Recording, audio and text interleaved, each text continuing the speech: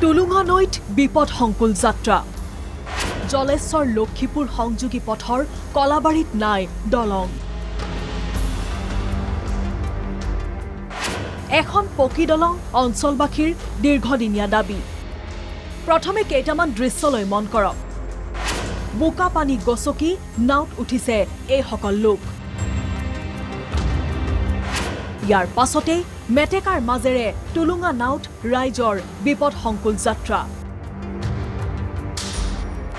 নাই কোনো সুৰক্ষা যিকোনো মুহূৰ্তত ঘটিব পাৰে বিপদ সন্মুখত বিপদ থকাৰ পাছতো উপায়হীন ৰাইজে এনেদৰে মৰণত শৰণ দি কৰিবলগীয়া হৈছে যাত্ৰা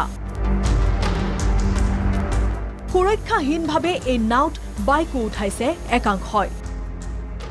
কুলাত কেঁচুৱালৈ শিশুৰ পৰা বৃদ্ধলৈকে এই নাওতেই যাত্ৰা কৰিছে অঞ্চলবাসীয়ে ডাঙি ঠেলি ঠেলি হলেও নাওত বাইক উঠাবলৈ বাধ্য কাৰণ নাই কোনো আন উপায়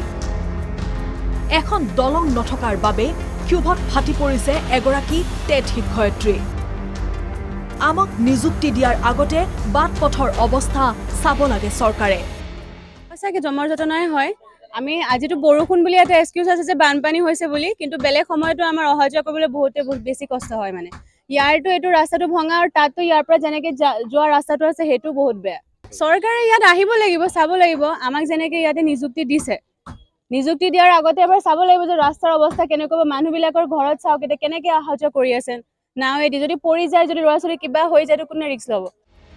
বিগত কেইবাদিনো ধৰি অব্যাহত মুখলধাৰ বৰষুণ ফলত বৃদ্ধি পাইছে জিঞ্জিৰাম নৈৰ জলস্তৰ পানী বাঢ়ি অহাৰ ফলত আৰু অধিক বিপদ বাঢ়িছে অঞ্চলবাসীৰ বাবে শীঘ্ৰেই এখন দলং নিৰ্মাণৰ দাবী স্থানীয় ৰাইজৰ লক্ষীপুৰৰ পৰা জহৰুল ইছলামৰ ৰিপৰ্ট NKTV+